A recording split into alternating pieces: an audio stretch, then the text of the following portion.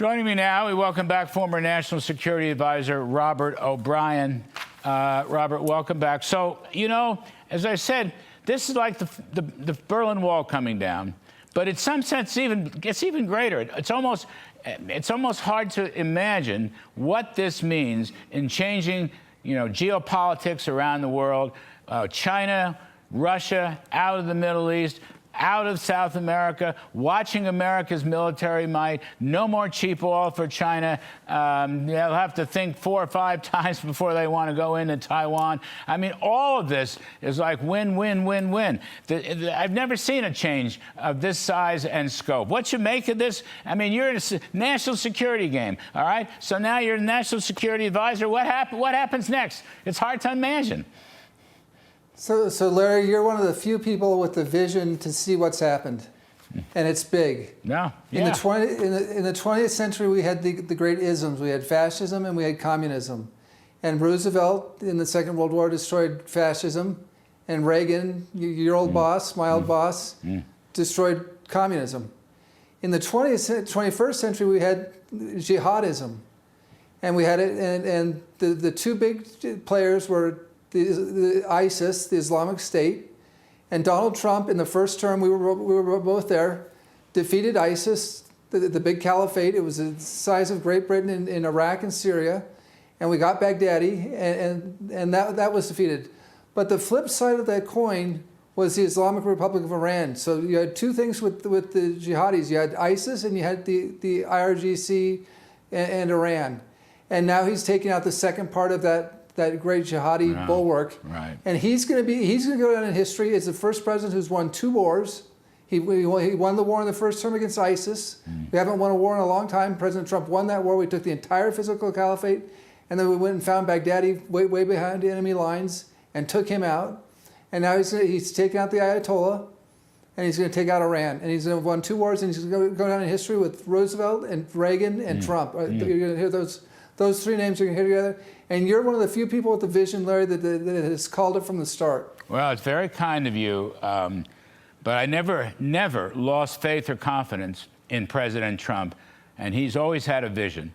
And, you know, he's a negotiator, but if you can't negotiate with these guys, as we can't, you know, nobody can believe anything Iran ever says. We learned that the hard way. So he's now taken the action that presidents before him wouldn't take. Yes, I'll concede Trump, Reagan, I'll put FDR in there as the 3 most consequential presidents in the 21st and 20th centuries. That's fine. But now, Robert O'Brien, if I'm China, I may have to reassess a lot of things. I'm out of the Middle East. I'm being pushed out of South America.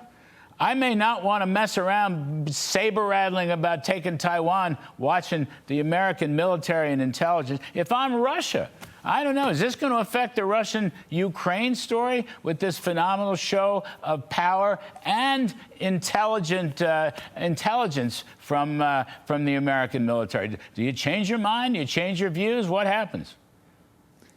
Well, absolutely, you change your mind, because if you're China under Biden, they were pushing. They were heavily in the Western Hemisphere. They were making a base in Venezuela. They were getting cheap sanctioned crude oil from Venezuela at a big discount. We were all paying, the Western world was paying full price for oil. They were paying a discounted price from Venezuela, putting it through the Panama Canal, which they had taken over. And they now lost control of the canal. They've lost Venezuela. They're being pushed out of the Western Hemisphere. The Middle East, they've tied down American troops for 50 years. We've had so many troops there because of Iran. And now Iran's leaving. We're going to be able to pull back our troops. Israel and Saudi and UAE and hopefully a democratic Iran are going to be able to control the Middle East. We're not going to need to be there in the force we're there now. Where those troops will go to the Western Hemisphere, and they'll go to the Indo-Pacific, and they'll confront China.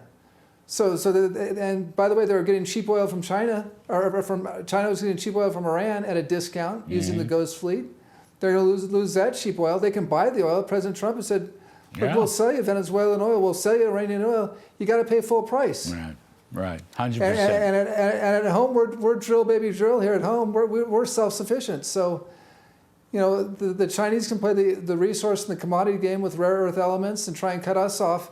Well, now we've got the oil, so that, they got to play ball with us. Nobody understands oil politics worldwide better than Donald Trump. Nobody. And you just, 100%. You just laid it out. You're exactly right. We're producing, here in the USA, we're doing almost 14 million barrels a day, which is unbelievable. And the Saudis are putting up more just to cushion this Hormuz situation. So all that, you're right. The whole world has changed. Just the last minute, Robert O'Brien. Russia, Ukraine, okay?